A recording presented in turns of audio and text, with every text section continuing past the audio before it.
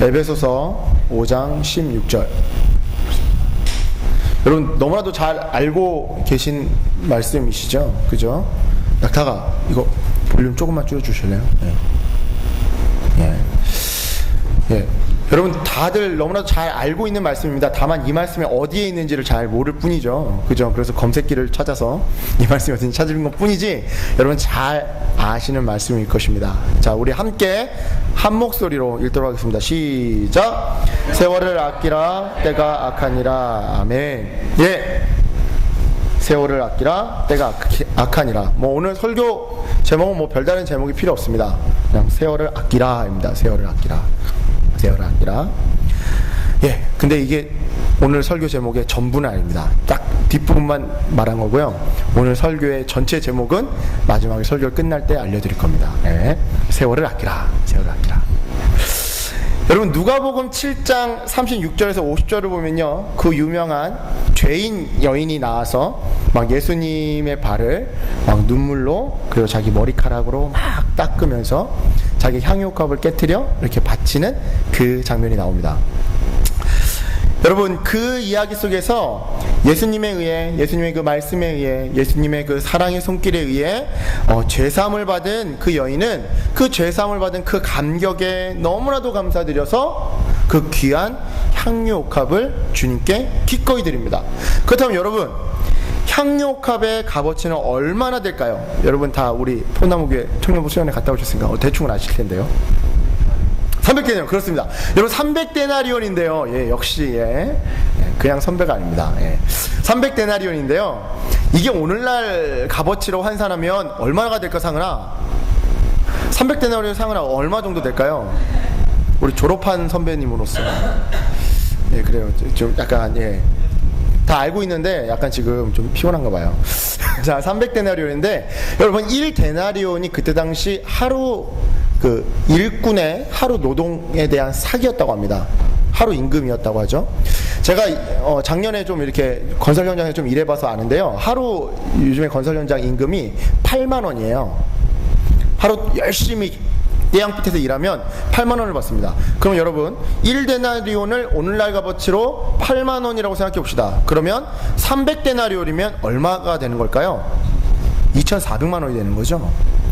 여러분 2,400만 원짜리 향유옥합을 한 번에 기꺼이 드린 것입니다. 여러분 이렇게 귀한 물건 여러분 드릴 수 있어요? 한 번에 2,400만 원. 이건 향유옥합은 여러분 한 번 깨트리면요 다시 주워 담을 수도 없어요. 옥합이어가지고요. 저라면 못할 것 같아요. 여러분 이렇게 귀한 물건을 주님을 위해 아낌없이 드릴 수 있었던 것은 그 죄사함의 감격이 컸기 때문입니다. 반면에 또 창세기 22장 1절에서 19절을 보면요, 이삭을 바치는 아브라함의 이야기가 나옵니다. 그 앞에 21장에서 아브라함이 뭐라고 고백하냐면 막 여러 가지 우물 가지고 막 싸움하다가 이제 브엘세바, 영원하신 여호와의 이름을 고백해요. 하나님은 영원하십니다. 하나님은 죽은 자와 같은 나에게서 생명을 낳게 하실 수도 있으신 분이시고요, 하나님은 모든 분쟁과 모든 환난과 모든 전쟁 가운데서도 언제나 지켜주시는 정말 영원하신, 이 세상에 다른 어떤 것도 영원한 것이 없는데 오로지 주님만은 영원하신 그런 분이십니다 라는 것을 고백합니다. 그리고 나서 22장이 시작되자 그냥 입술로의 고백으로만 그 고백이 끝나는 것이 아니라 정말 그 고백이 그의 삶으로 녹아나는지를 하나님께서 시험하시기 위해 이삭을 바치라고 하죠. 그죠? 여러분 이삭을 바치라는 시험, 여러분 같으면 이 시험에 통과하실 수 있으시겠습니까? 100살에 얻은 아이예요. 100살에 얻은 아이예요. 그 아이를 하나님께서는 바치라고 하는 겁니다. 여러분께서 바칠 수 있으시겠습니까? 여러분 이렇게 귀한 아들을 주님을 위해 아낌없이 드릴 수 있었던 것은 영원하신 주님에 대한 신뢰가 있었기 때문이었습니다. 그래, 죽은 자와 같은 나에게서, 죽은 자와 같은 내 아내에게서 이렇게 새로운 생명을 낳게 해주신 하나님이라고 한다면 내가 이삭을 바쳤을 때 다시 살리시겠지.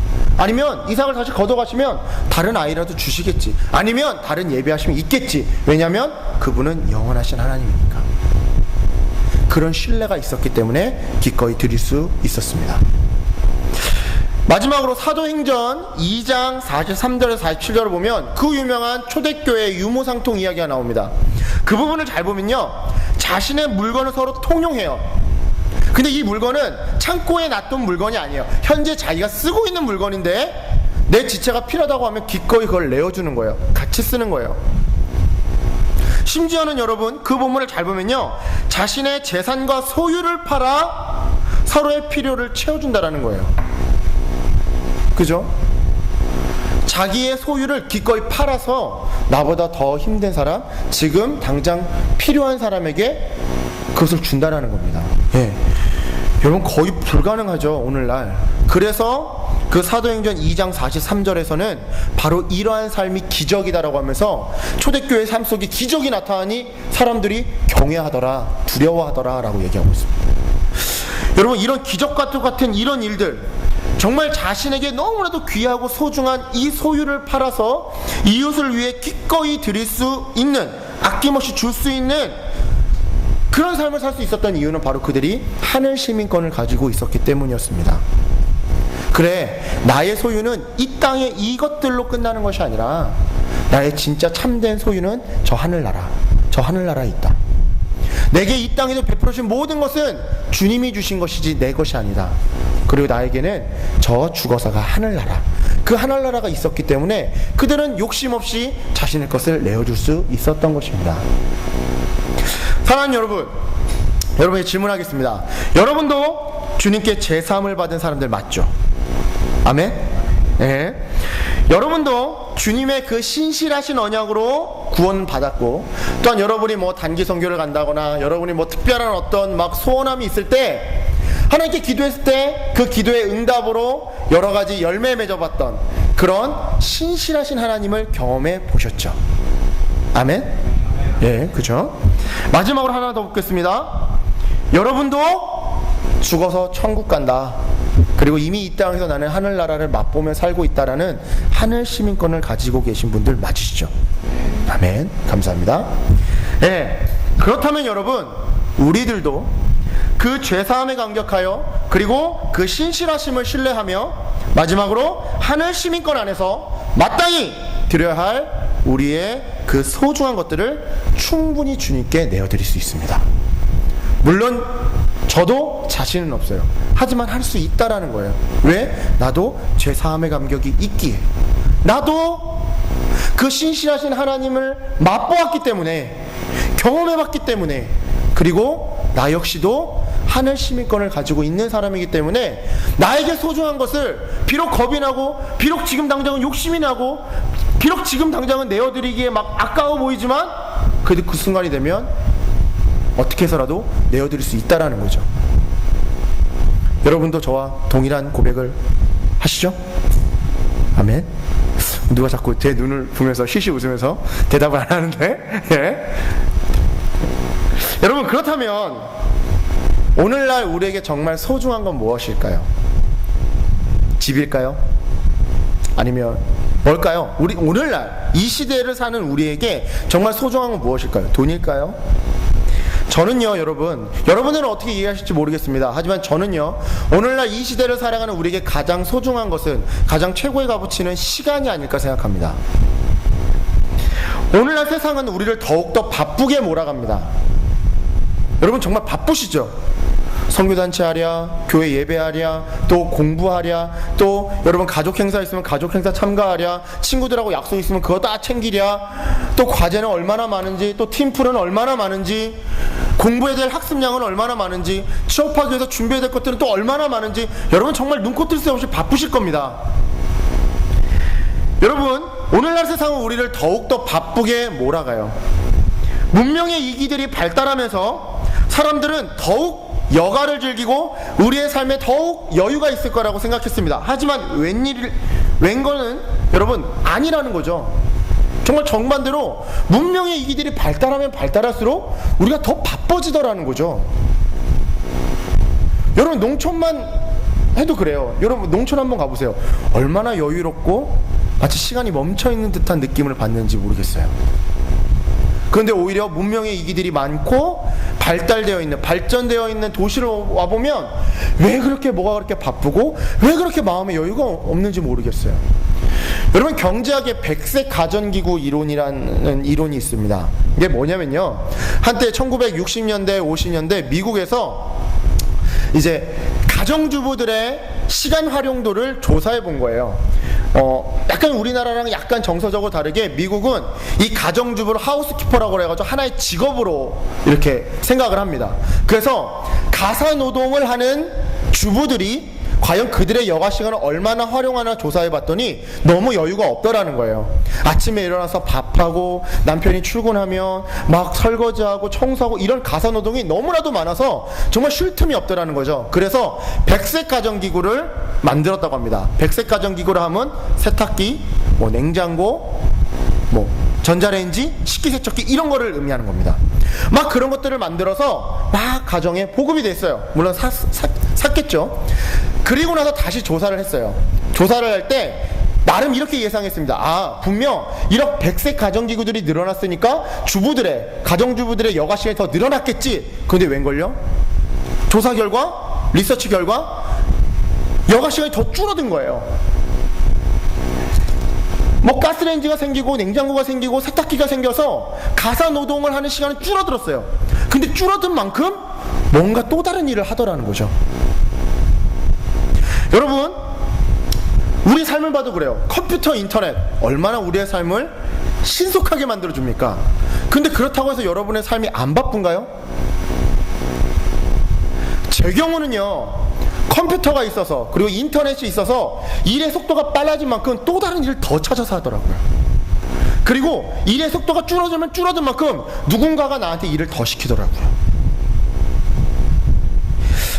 여러분, 세상은 우리를 날마다 더욱더 바쁘게 몰아갑니다.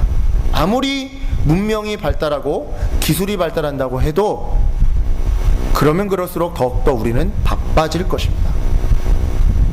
이렇게 바쁜 삶 속에서 우리는 우리의 시간을 어떻게 하나님께 드려야 할지 고민하게 됩니다. 다시 말해서 이 시대는 우리에게 가장 소중한 이 시간이라고 하는 것을 어떻게 관리할 것인가, 어떻게 하나님께 드릴 것인가, 어떻게 예배로 나오고 어떻게 삶 속에 살아갈 것인가를 자꾸 우리에게 그 질문에 대한 답을 요구한다는 거죠. 여러분도 고민하실 겁니다. 예배가 너무 많아요. 그 때문에 활동이 너무 많아요. 과제가 너무 많아요. 이거 하고 저거 너무 정신이 없어요. 어떻게 될지 모르겠어요. 마음이 어려워요. 네. 이 시대가 요구하는 것이 바로 이런 것들입니다. 과연 그 삶 속에서 그 요구 가운데 여러분들은 어떠한 답을 내리실 것입니까? 여기에 지금 제가 말하려고 하는 두 가지가 있습니다. 바로 시간 관리의 두 가지 큰 방법입니다. 첫 번째는 알뜰이고요, 두 번째는 검소입니다. 알뜰함 그리고 검소. 두 단어 모두 절약이라는 공통적인 덕목을 가지고 있습니다. 알뜰과 검소 둘 다 절약이라는 공통분모를 가지고 있어요. 하지만 그 두 단어가 지향하는 바는 서로 달라요. 먼저 알뜰. 여러분, 알뜰하다는 것은 나 자신의 미래를 대비하고 무언가 나의 가치를 높이기 위해서 현재의 욕구를 조절하는 것을 의미합니다. 예를 들면 이런 거예요. 좀 더 큰 집으로 이사 가기 위해서 뭐 청약 상품에 가입해서 내가 막 알뜰하게 살아가지고 막 좀 수입을 줄여가지고 막 여기 저금을 한다거나, 아니면 유학 자금을 마련하기 위해서 막 2가지, 3가지, 4가지를 막 한다거나, 아니면 한동안 외식을 줄이는 긴축 가게를 운영하는 등 이런 행위들이 바로 알뜰입니다. 알뜰. 알뜰의 뜻 다시 한번 말씀드릴게요. 나 자신의 미래를 대비하고 무언가 나의 가치를 높이기 위해 현재의 욕구를 조절하는 것, 이것이 알뜰입니다. 그런데 여러분, 잘 보면요, 절약의 종착점에, 이 알뜰이라고 하는 절약은 그 종착점에 누가 있냐면 바로 내가 있습니다. 대부분의 절약의 동기에는 바로 나의 업그레이드가 있습니다. 내 삶이 좀 더 윤택해지기 위해서, 내가 좀 더 뭔가를 누리기 위해서, 내가 좀 더 뭔가를 경험해보기 위해서 내가 이렇게 규모를 줄여야지, 그리고 내가 이렇게 이걸 더 늘려야지. 반면에 여러분, 검소하다는 것은 알뜰하다는 것과 다릅니다. 검소하다는 것은요, 여러분, 알뜰과는 달리 무언가를 준비하는 것과는 관계없이, 내가 준비를 하든 안 하든 그것들과 관계없이 삶 자체가 간소하다는 거예요. 삶 자체가 간소하니까 애써 절약하려고 하지 않아도 가장 적은 비용이 드는 삶을 살게 되는 게 검소입니다. 물론 그렇다고 해서 너무 가난하거나 궁색해서 소비력 자체가 아예 없는 삶을 뜻하는 것은 아닙니다. 검소하다는 것은 내 몫에서 이미 상당한 부분을 의미 있게 고정시켜 놓는 거예요. 나누기로 고정시켜 놓고, 그렇기 때문에 내가 쓸 수 있는 목 자체가 애시당초 작기 시작된다는 겁니다. 이해하시겠어요? 이해하시겠어요? 네.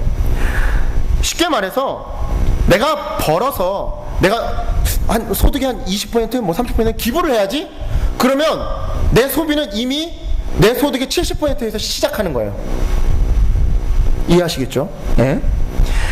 많이 벌어서 기부를 많이 하기 때문에 자신을 위해서는 상대적으로 지출을 적게 한다, 이런 뜻으로 해석될 수도 있을 겁니다. 하지만 삶 자체가 성공지향적이지 않습니다. 나눔지향적이죠. 때문에 돈벌이에 투자하는 시간이나 노력보다 주변을 돌보는 데 쓰는 시간이나 노력이 많아지게 됩니다. 자연스럽게 검소하게 절약하게 되는 거죠. 여러분, 알뜰한 삶은 결코 간소한 심플 라이프가 될 수 없습니다. 여러분, 알뜰한 삶은 한 푼이라도 더 아끼기 위해 더 복잡한 가격 비교, 또 조건 비교를 해야 하는 삶일 가능성이 높아요. 또한 미래의 목표를 성취하기 위해 1분 1초도 허비해서는 안 되는 빡빡하고 복잡한 삶일 가능성이 높습니다. 그래서 알뜰한 삶은 심플 라이프가 되기가 어렵습니다. 반면에 우리의 삶이 진정으로 간소해져서, 진정으로 막 심플해져서 하나님의 허락하신 목적에 집중하며 산다면 이는 자연스럽게 검소한 삶이 되고, 소유에 연연하기보다는 주위의 필요에 함께 공감하며 살 수 있기에 하나님의 기준에서 보면 훨씬 더 건강한 삶일 가능성이 높습니다. 말씀을 정리합니다. 엄청 짧죠? 자, 우리 한번 일어나 볼까요? 네. 우리 말씀 한번 더 읽겠습니다. 에베소서 5장 16절입니다. 말씀을 정리할 텐데요, 정리하기 앞서 우리 말씀 한 번 더 읽겠습니다. 에베소서 5장 16절입니다. 시작! 예, 아멘. 세월을 아끼라 때가 악하니라. 아멘. 여러분, 오늘 읽은 말씀과 같이 오늘날 때가 참 악합니다. 오늘날 이 시대는요, 여러분, 시간을 가지고 점점 바쁘게 함으로써 우리를 공격해와요. 바쁘게 함으로써요, 여러분, 큐티할 시간조차 없게 만듭니다. 너무 바빠서 정신이 없어가지고 막 예배로 나올 시간조차 어렵게 만듭니다. 너무 바빠서 주님을 묵상하고 주님과 대화할 시간조차 어렵게 만들어요. 여러분, 바쁘시잖아요. 막 새벽 2시까지 과제하다가 어떻게 잠들었어요. 그러다가 막 아침에 일어났어요. 그러면 큐티할 시간도 없습니다. 막 부랴부랴 어제 못다 한 과제 막 하느라 바쁘고, 막 씻고 막 수업 뛰쳐가느라 정신 없습니다. 그죠? 막 토요일날 막 겟세마네 행사, 선교단체 행사하고 막 그래가지고 너무 바빠서 막 진짜 실신하듯이 잡니다. 주일 아침에 딱 눈 뜨면, 아, 내가 그래도 내일 주일 아침에 먼저 주님의 말씀을 딱 내가 묵상하고 교회 나가가지고 예배 전에 내가 기도하고 준비해야지. 웬걸요, 눈 딱 뜨면 9시 한 50분 됐습니다. 10시 50분 됐습니다. 예. 여러분, 시절이 좀 악합니다. 뭐 물론 그렇다고 해서 뭐 우리의 삶에 여유가 많다고 해서 여러분이 일찍 자고 일찍 일어날까, 그건 살짝 뭐 미지수긴 합니다. 저도 뭐 의문이긴 하지만, 어쨌든 여러분, 부인할 수 없는 사실은 시절이 점점 우리를 바쁘게 몰아간다라는 겁니다. 더군다나 이렇게 바쁘다 보니까 예배와 다른 것들을 자꾸 비교하면서 우리의 마음을 어지럽게 만듭니다. 나 지금 해야 될 게 너무 많은데, 이거 예배 갔다 오고 나면 이거 다 할 수 있을까?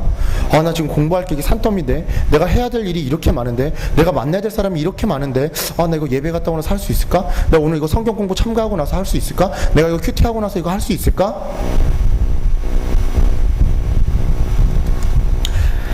여러분, 주님과 교제하는 시간보다 다른 과제를 하고 다른 일을 하도록 우리를 정신없고 바쁘게 몰아가는 게 이 시대입니다. 여러분, 실제로 졸업을 해서 이제 여러분이 사회에 나와서 직장이 되면 더 여실하게 느끼실지 모르겠습니다. 여러분, 이런 시절 속에서 주님은 오늘날 이 시대의 문제를 정확히 진단하셨듯 오늘 말씀에서 세월을 아끼라고 말씀하십니다. 다른 말로 표현해 볼게요. 바로 시간을 절약하라고 하십니다.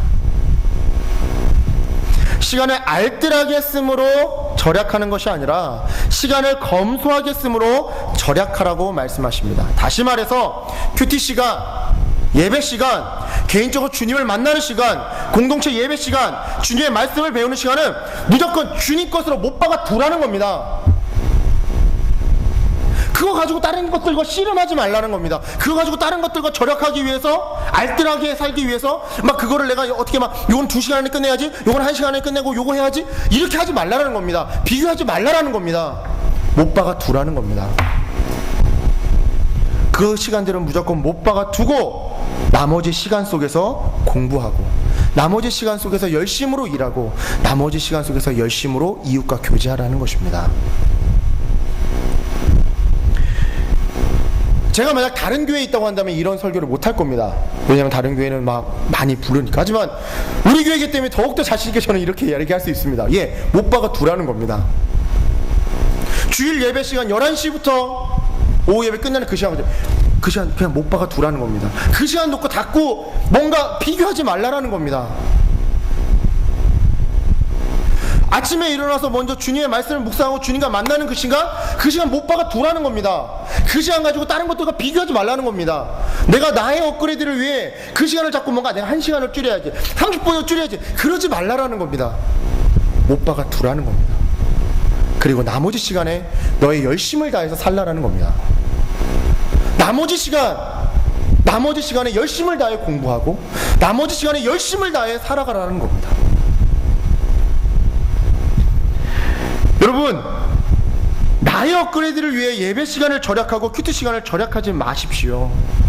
나의 업그레이드를 위해 주님과 만나는 가장 그 귀한 시간을, 그리고 지체들을 섬기는 그 시간을 절약하지 마시길 바랍니다.